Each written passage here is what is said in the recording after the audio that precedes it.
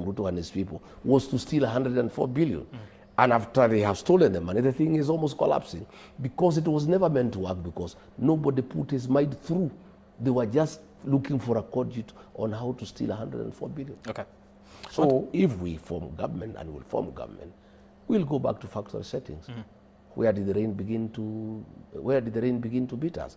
Look at NHF. Where was it? What needed to be done to improve it? Involve the stakeholders. Talk to the doctors. Talk to the nurses. Talk to the paramedics.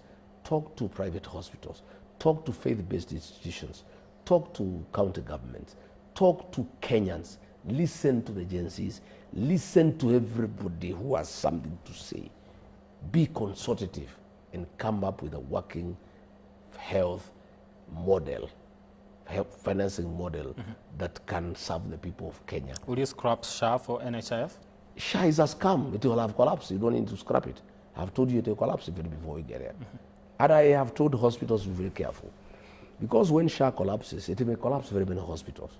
And my advice to hospitals is to demand all their money, the 98 billion that is owed. Duale says you'll pay 13. That is not enough.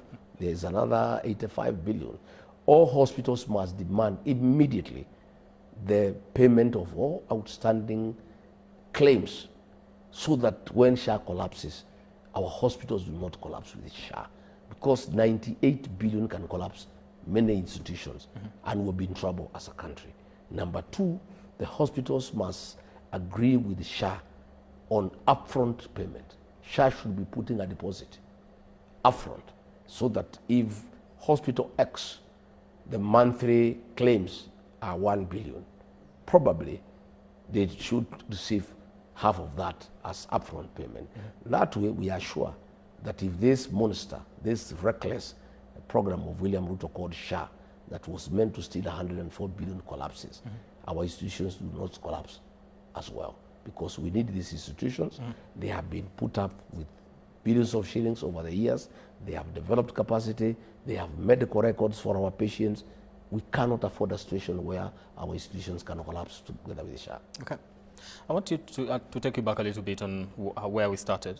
You gave a 7-day ultimatum as far as the fuel prices is concerned in the country.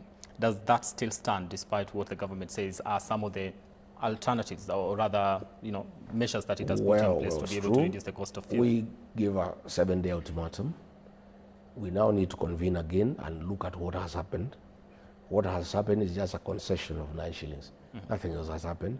All the other demands we made are still outstanding. So we'll be able to meet as principals of the United Alternative Government and review the situation and advise the people of Kenya what we think is the best way to deal with this situation. Again, the final decision is the people of Kenya.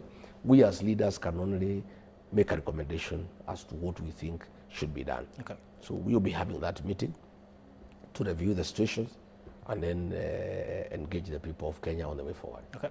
Now that is on the side of the United Alternative Government, but however, the Gen Z and Kenyans at large had planned to protest tomorrow. What's your take on that?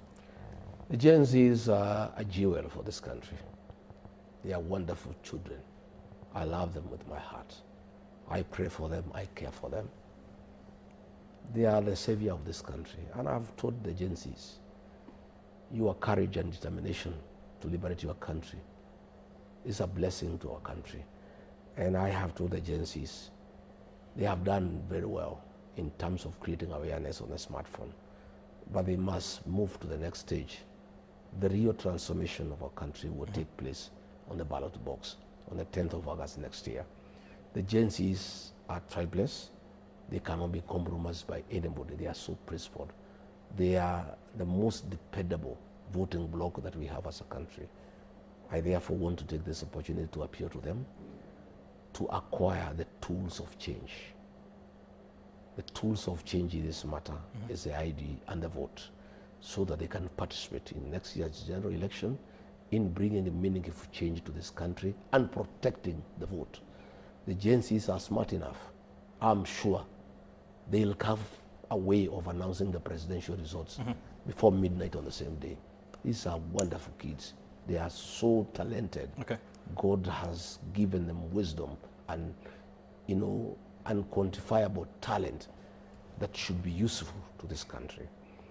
If the Gen Zs decide outside